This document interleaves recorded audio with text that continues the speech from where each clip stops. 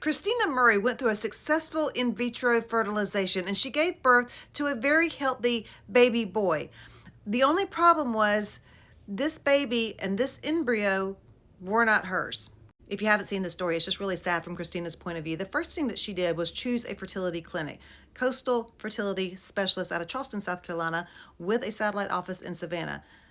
If you're looking for a fertility clinic, I might make note to knock that one off the list.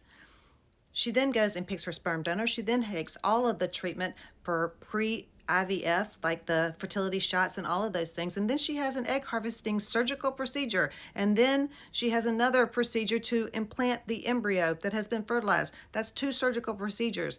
And when this baby comes out after 9.5 months of pregnancy, that, I'm sorry if anybody's told you differently, it's not fun.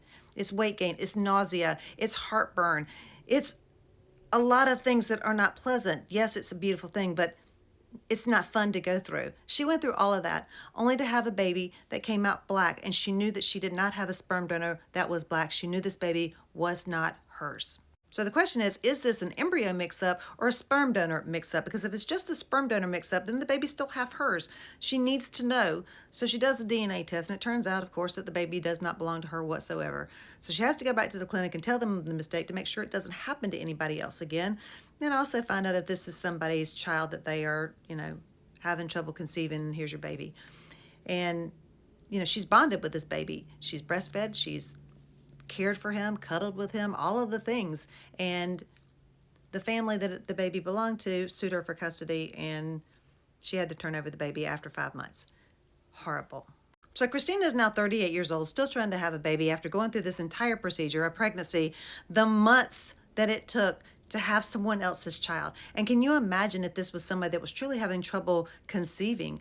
Christina just wanted to have a baby on her own. She wasn't really having trouble conceiving, but someone who was and went through this entire process only to be told that this baby that you've bonded with, that was in your womb and that you've been holding for the last 5 months, is not yours anymore.